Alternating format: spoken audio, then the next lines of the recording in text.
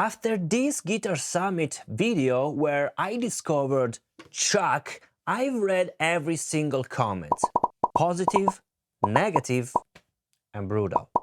And instead of arguing in the comments, well, actually I've answered some of the comments, I did the only thing that really matters.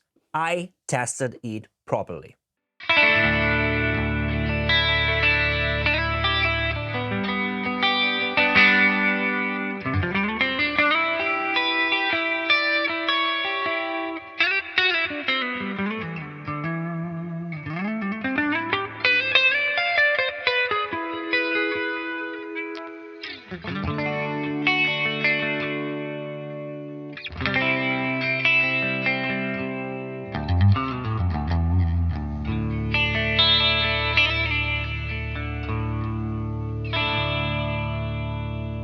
So today I'll explain exactly what this unit is, what is not, and I'll answer every single criticism with sound first, not marketing.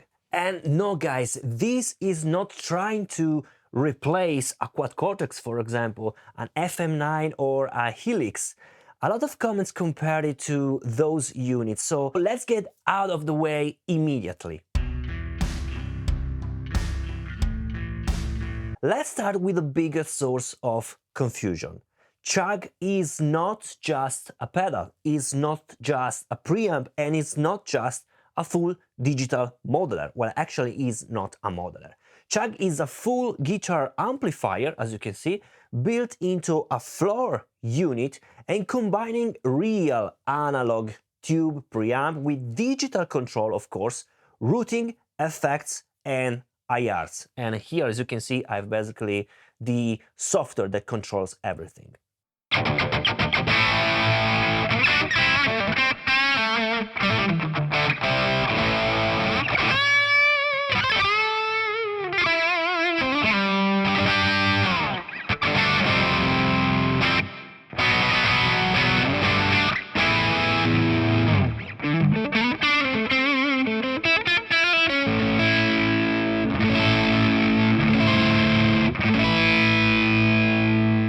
The core is generated in the analog domain, so digital is used only where it makes sense to recall, flexibility, consistency, and of course the effects. One of the most criticisms was the tubes are just marketing. Tubes in 2025, well, actually the video was in 2025, but tubes in 2026, any sense? Well, let me explain. CHUCK uses real preamp tubes in the actual analog signal path. And no, there are no tubes powered at 9 volts. There is a transformer inside that brings up the voltage up to 300 volts to drive the Rohr E83cc tubes, so just like any other full tube amp. And as you can see here, I have some tube amplifier, so I know how a tube amplifier works.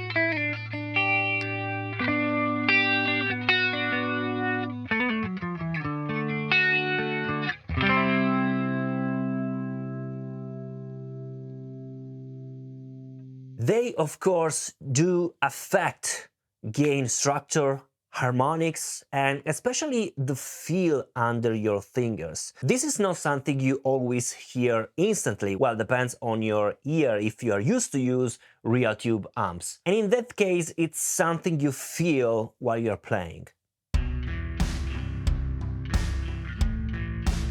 A lot of you said, I play clean, modelers are not warm for clean sounds. Well, first of all, CHUCK is not a modeler, as I already told you, but an hybrid tube amp in pedalboard form factor. And secondly, well, let me answer that with sound.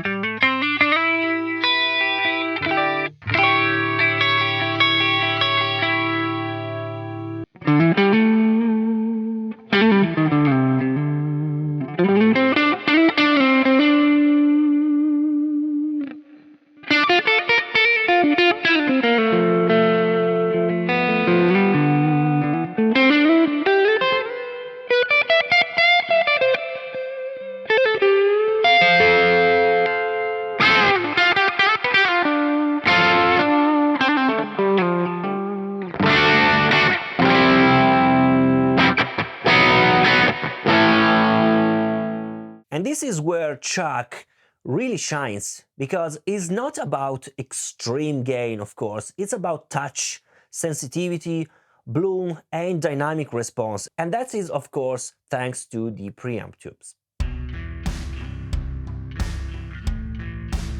Another misconception is thinking that CHUCK is a one sound unit. Well, CHUCK offers 3 amp families: clean, classic and modern. Very simple, but each family has multiple voicing for a total of 10 curated amp characters.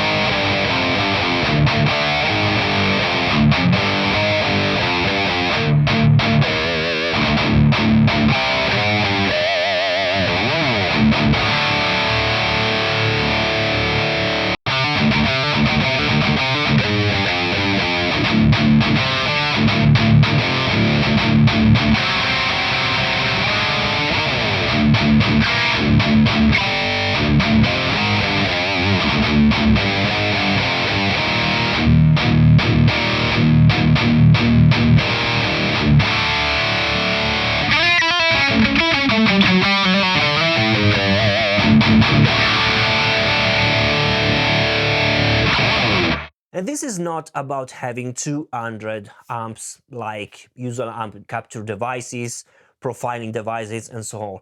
It's about having usable and refined sounds. Now let's talk about the digital side. CHUCK uses a high-resolution DSP with very low latency, so it feels immediate and very responsive. So you get a built-in effects like reverb, delay, chorus, and wah. Here there is the cons, but I tell you later in this video. Of course, you also get an IR loader, so you can load your own cabinet, impulses, and shape the sound exactly how you want. Actually, you can also blend different impulse responses. That's very, very cool. Another big question was, do I need a power amp? Can I use a studio monitors, for example? Well, CHUCK includes a 25-watt Class D power amp. You can think about it's not enough, trust me, it's very, very loud, so you can drive a real cabinet. Or, for example, you can go straight to a front of house, an FRFR speakers, or studio monitor, of course, using a built-in impulse responses. Talking about the audio, CHUCK is also an USB audio interface, basically, so you can record directly to your DAW thanks to the USB. It's very, very simple. Some comment says that this is an old stuff, so hybrid pedalboard already exists. For example, Vox Tone Lab did it here ago, or for example, Zoom already did this. Well, you're right, the idea itself is not new, the hybrid pedalboard is not new idea, but those pedals use a tube mostly for coloration inside and otherwise digital circuit, so are not running at high voltage. CHUCK, on the other hand, is a full tube preamp running at real high voltage with 10 fully analog voicing. So the voicing also inside are analog. So basically you have 10 amplifier, analog amplifier inside. That's very different, guys. So not models, not IR-based amp sims. The digital side only switches the analog circuits and handles, of course, things like IRs, effects, and the routing. So to summing up, the idea of tube plus digital stuff might sound, of course, similar at first glance, but the architecture inside, so the architecture behind the CHUCK, is on a completely different level. And many of you said, just buy an FM9 or a quad Cortex. Well, actually, I have a quad Cortex, but trust me, it's a totally different thing. That's absolutely valid. If that's what you're looking for, so if you're looking for hundreds, thousands of amps, thousands of effects, all digital, because our captures are not, well, analog, are captured from analog, but are digital, let's say, you have not the 100%. I know there are devices that are more reliable nowadays, but they are still digital. CHUCK is not about endless options, as you probably noticed. It's about focus, speed, because you don't have super messy menu, and an amp-like interaction, because under your finger you always feel analog, real tube interaction. Now let's move to show you how it works and all the browser, basically how it feels and if it's user friendly.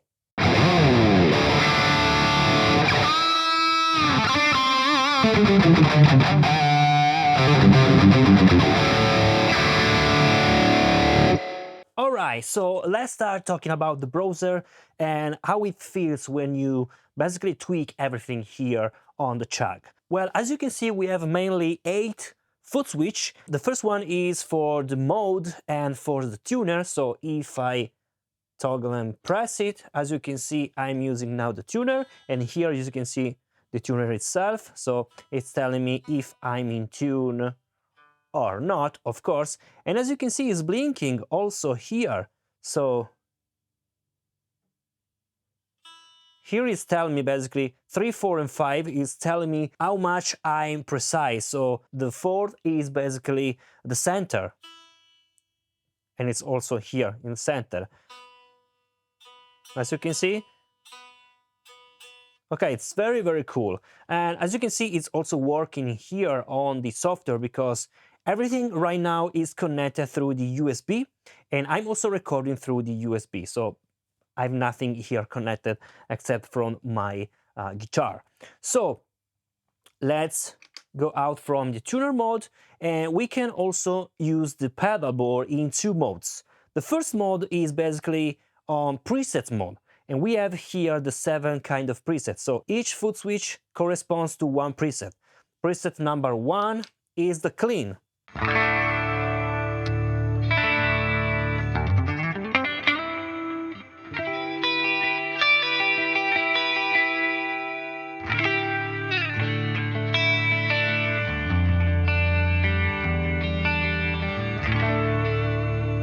Very, very simple. And as you can see, as soon as I touch the other preset, it's recorded. Everything is recorded also here on the software.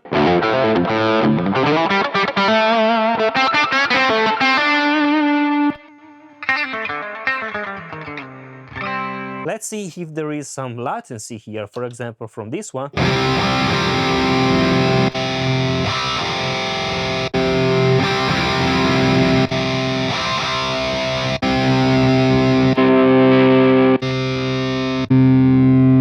There is just a bit of latency to load the sound, but I don't feel any latency basically on playing, let's say.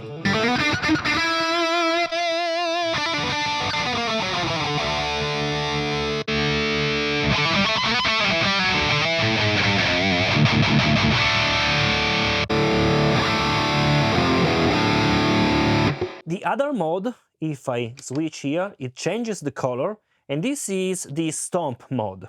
So basically, I'm stuck to my preset, which right now is my Mad Hard. It's my custom presets anyway. And here, the button right now here is no more basically my presets, but is basically what is written here. Booster, the channel, the reverb, delay, chorus, and wah. So I can engage or not the reverb.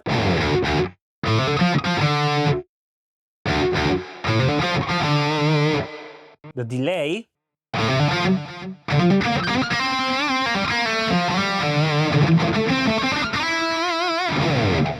Or the chorus.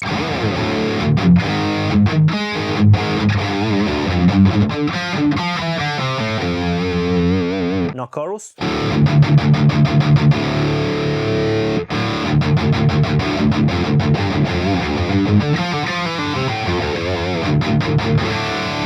And of course, you can also change the amount of the effects. For example, the chorus, right now, I can go to the rotary knob of the effects. Let's push it. So basically, it's telling me the amount of the effects that you're using. So here I can go, for example, to my chorus. As you can see, it's very, very low. So I can engage more.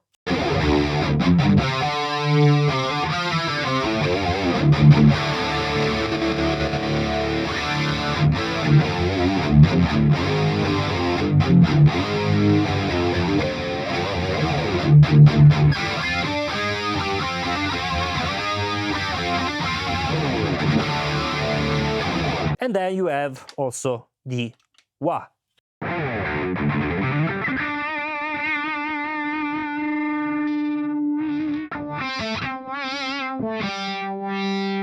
As you can listen, this is working as auto wah.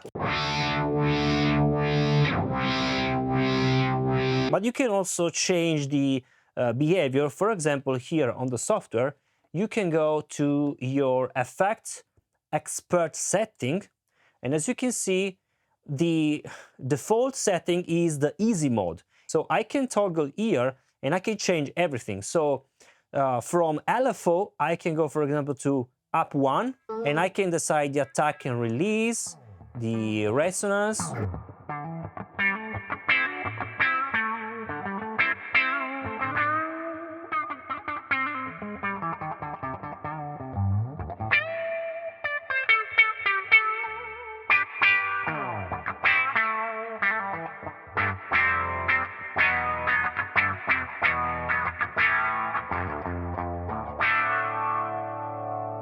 So the button itself are rotary, so when you push it, you are switching between the settings. For example, here the booster, you can decide the gain, tone, and volume, like a normal overdrive pedal.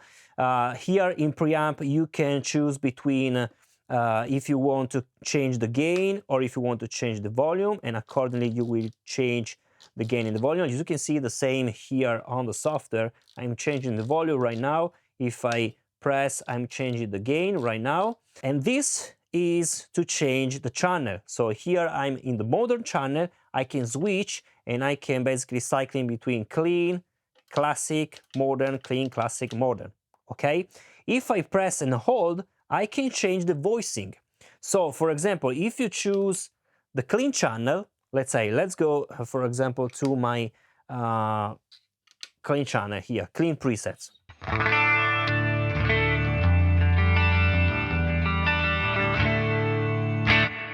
Okay, I can switch here to my stop mode. As you can see, the boost is not engaged. Let's see now the preamp. Now I'm in the clean channel, and in the clean channel you have available, as you can see here, the voice number 1 and the voice number 2, and you are basically switching here and cycling here. If I press voice number 1,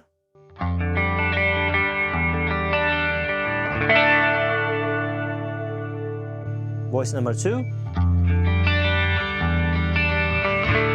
there is much more punch, more bass response, for more modern, let's say, while the first one is more for vintage, let's say.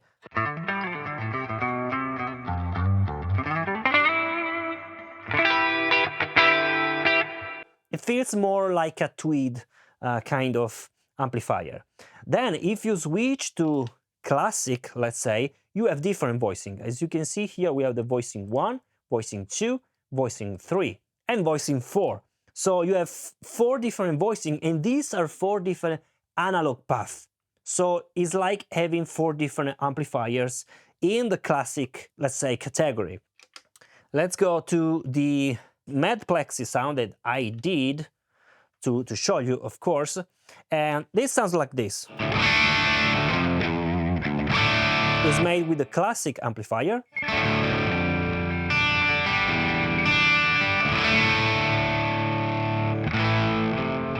And it's pretty hot, as you can see. The gain is at mids and the volume is pretty high. I can change the voicing voicing 3,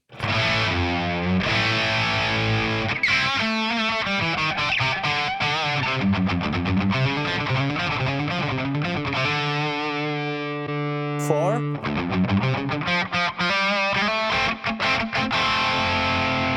first one, it's a more gentle kind of classic amplifier.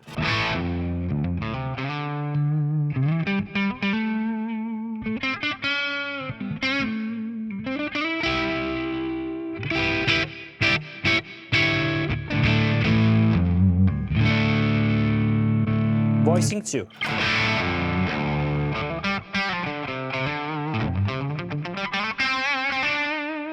And I've called this Mad Plexi because it reminds me of Plexi sound.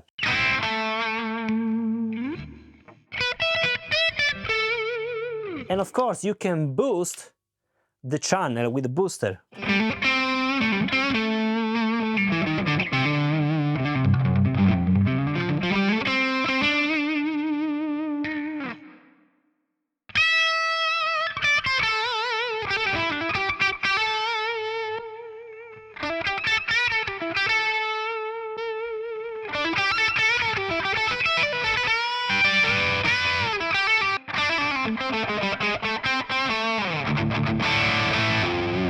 So you can decide the tone, the volume.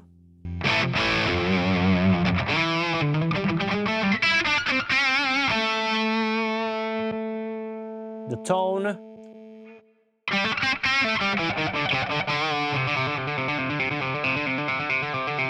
The gain, low amount of gain.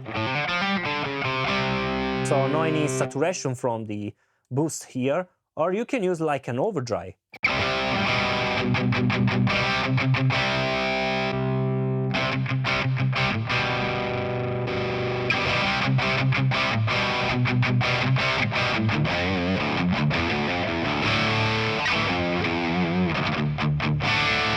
Okay, it's very simple. Then you have the equalization. You can decide the equalization per each preset.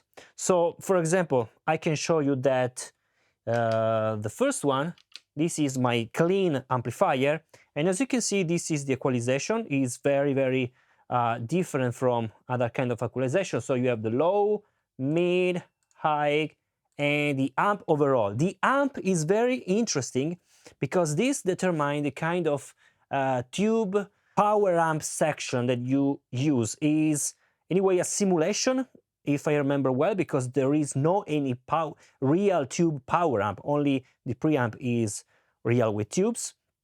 And as you can see, when I switch here, as you can see here is appearing the kind of power amp. So is appearing basically the stack that you are using. And you can basically change the resonance, the presets. These are, let me say, presets, because as you can see all the way up, I have this kind of visualization. And if I go down, I'm basically changing between different presets. And here is switching to EL34. And as you can see in the EL34, I can only basically change the presets and not the resonance. I can use only the resonance here on the 6L6. So basically you are cycling between different kind of behavior. And the behavior is very interesting, and you can really listen the differences. Let me show you, for example, in one of my presets. For example, on my Mad Hard, this is basically the preset for my hard rock. Let me show you changing the amp equalization.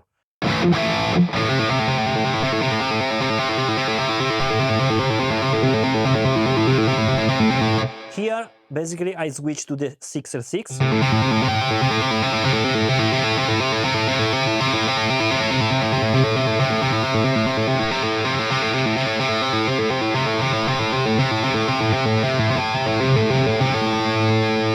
And you can also put off the amp simulation.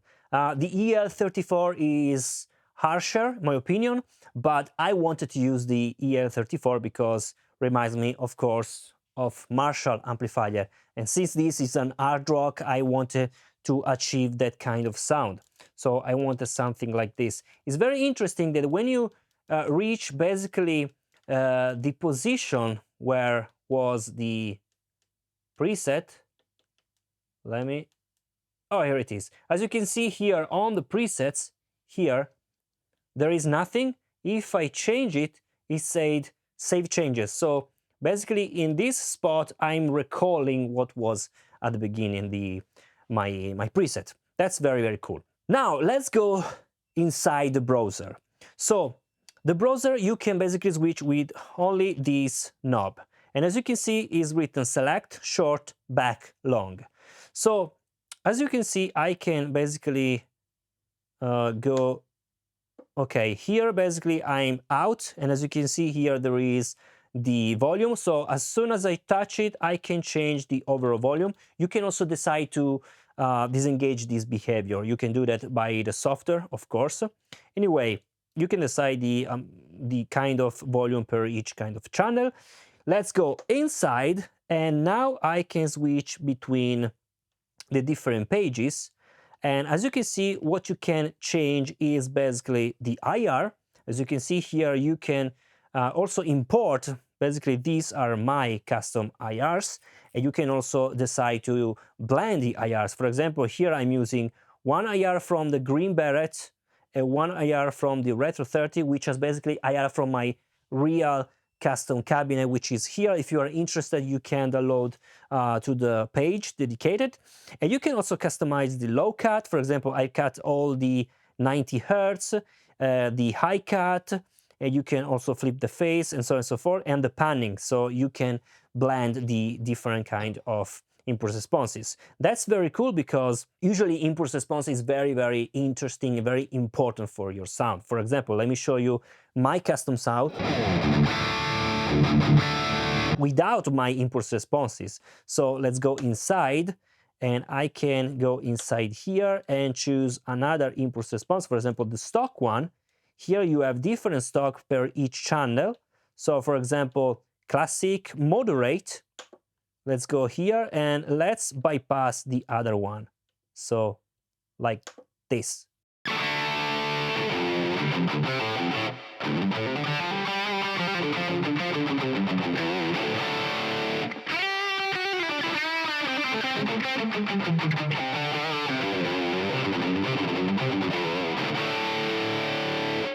While with custom impulse responses, of course, this preset is based on my impulse response, so it's normal that sounds different with stock impulse responses. But for example, was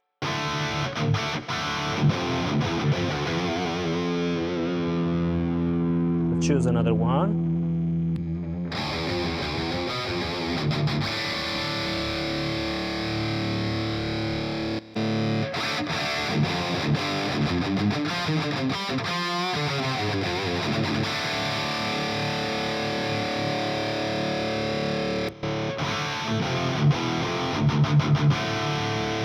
And I can go also here and active this one. And it's very, very cool that you can balance basically the two impulse responses here. So all the way to the left.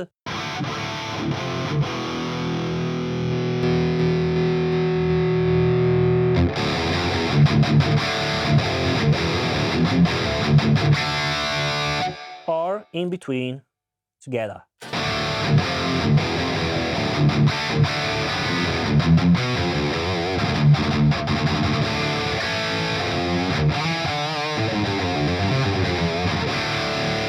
Okay, now long press, I can go out and I can go to the other page. We have the main EQ. Normally in the modeler you have a global EQ, but the global EQ is not for each preset, let's say, it's global. And here instead you can use this EQ per each preset, so per each different, let's say, amplifier. That's very cool because if I, for example, switch between another kind of preset here, as you can see, it's changing the equalization. This preset, this preset, this preset, the clean channel, there is no EQ in the clean channel, so basically you can tweak a lot your sound. Then let's go to the other page. Here you have basically the expert effect or the easy mode. As you can see, here is all in the easy mode. You can go inside and decide to use the reverb as expert mode, because the easy mode, basically you have only the amount. You cannot change the type of reverb. If you go inside, expert mode, go to settings, and here you can see basically your settings. I'm using the whole right now. Of course, you have also to engage it. You can decide the different kind of effects, and as you can see, I have the room, all, and plate. And you can also change, of course, the parameter, for example, the diffusion here.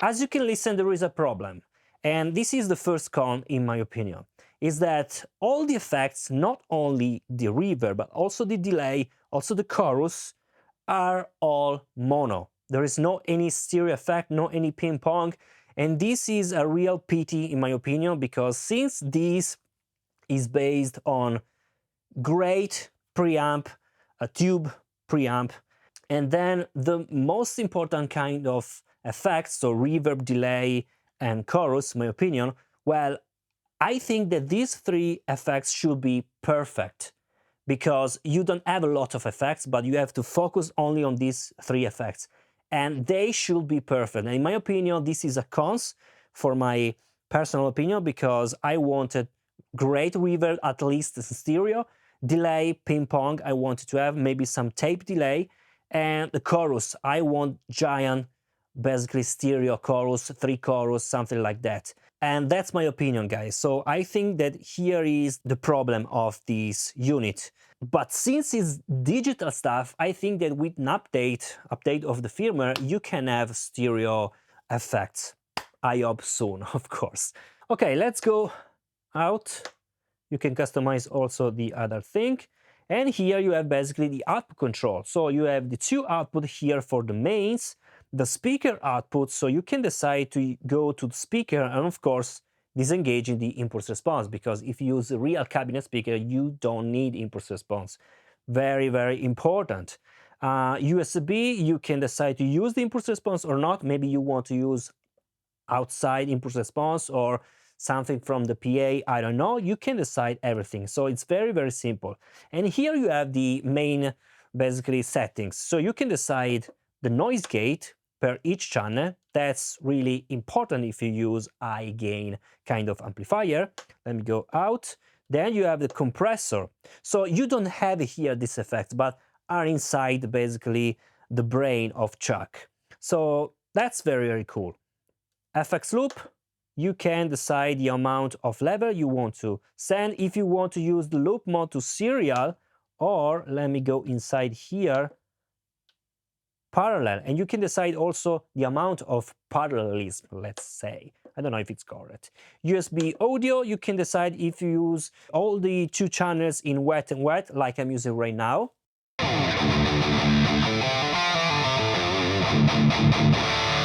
Or, for example, if you want to use one side for the affected part, but in that way, well, actually here doesn't change anything because it's all mono. But if there will be some stereo, maybe one channel will be mono, and the second channel maybe you want to use for the DI, let's say, if you want to record also with this, because basically I'm recording right now with this. Let's go outside again. System settings, you can see basically the appearance, LCD, the color also of the unit. So you can change, for example, let me go inside.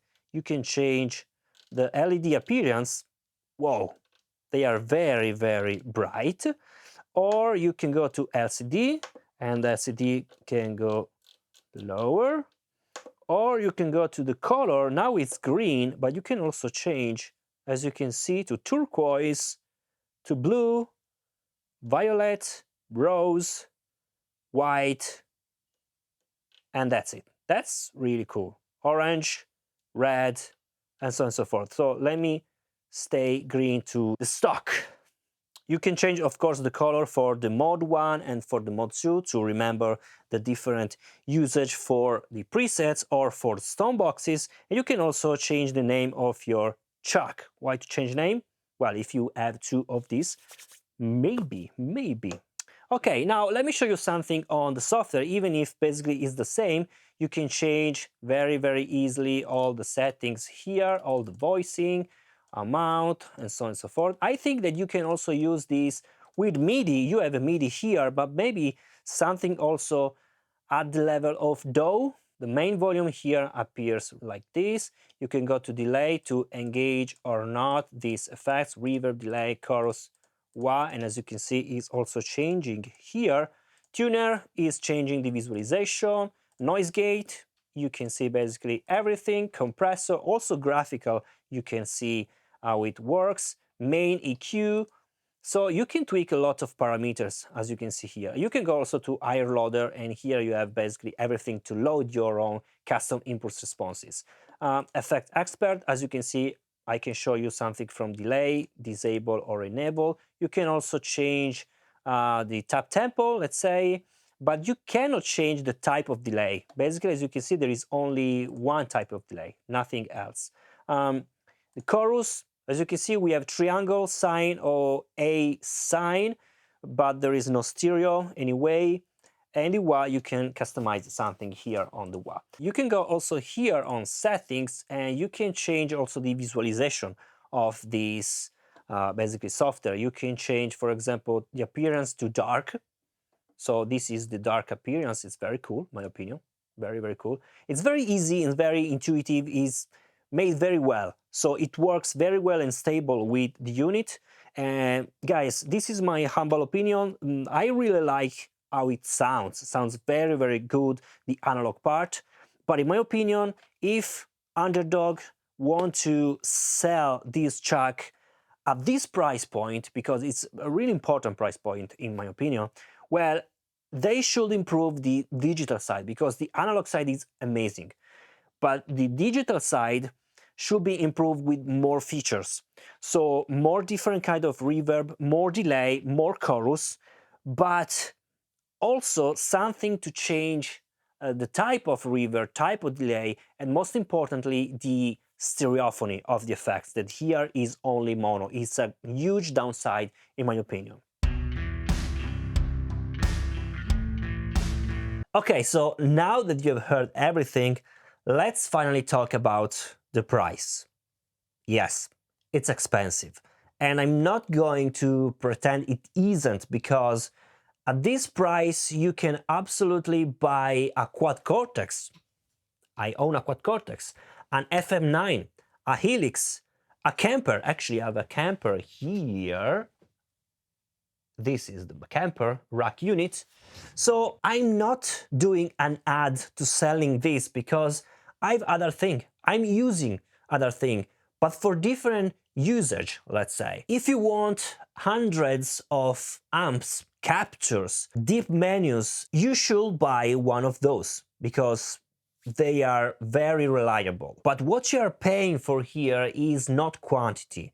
You're paying for a real tube preamp, exactly like any other giant tube amplifier, an integrated power amp, DSP with higher loader and full connectivity, and a focused, of course, amplifier experience in a floor, of course, unit. And whether that's worth the price, well, depends entirely on how you play. And I think that for a live situation, for example, 10 different amplifiers in one unit with basic effects, in my opinion, are enough. I don't think you will use neither all the 10 amplifier voicing for a live show.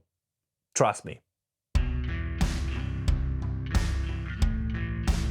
So to summing up, Chuck is not revolutionary and it's not for everyone. Yeah, you're right. But now you know exactly what it is and exactly what it's not, and whatever it makes sense for you or not. So guys, if you still have a question, well, leave them below. I read everything, of course, and I'm sure also Underdog will read and can answer better than me, of course. And if you want more deep dive gear reviews, well, like this, make sure you subscribe and also leave a comment below. Thank you so much for watching, and I'll see you, of course, in the next video. Bye.